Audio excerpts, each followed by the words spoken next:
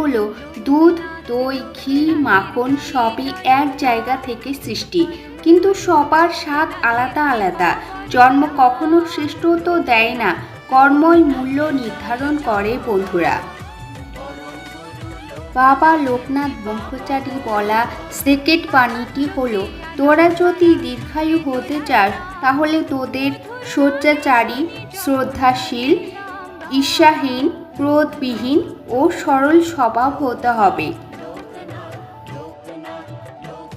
বাবার বলা তৃতীয় বাণীটি হলো, বন্ধুরা, চাঁদ আর সূর্যের মধ্যে যেমন কোনো তুলনা হয় না, ঠিক তেমনই তোর জীবনটাকেও অন্যের সঙ্গে তুলনা করিস না। যার যখন সময় আসবে সে তখনই জ্বলে উঠবে।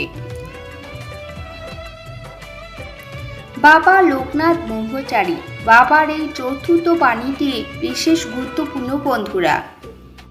চতুর্থ বাণীটি হল, সমস্যার সাগরে ডুবে আছিস বলে আতঙ্কিত হোস না।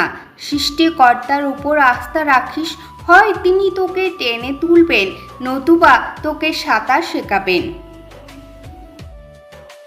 বাবার বলা পঞ্চম বাণীটি হল, বন্ধুরা, যে কর্ম মনে অনুতাপের সৃষ্টি করে তাই হলো পাপ, আর যে কর্মের মধ্যে দিয়ে আত্মসচেতনতা, শান্তির ভাব মনকে ভরিয়ে তোলে তাই পুণ্য এবং স্বর্গতুল্য।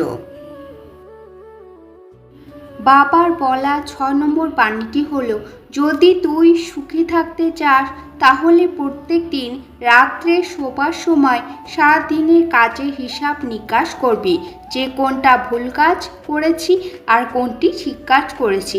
ঠিক কাজের পরিমাণ সারা জীবনে অনেক অংশে বাড়াতে হবে। বন্ধুরা, তোমাদের সাথে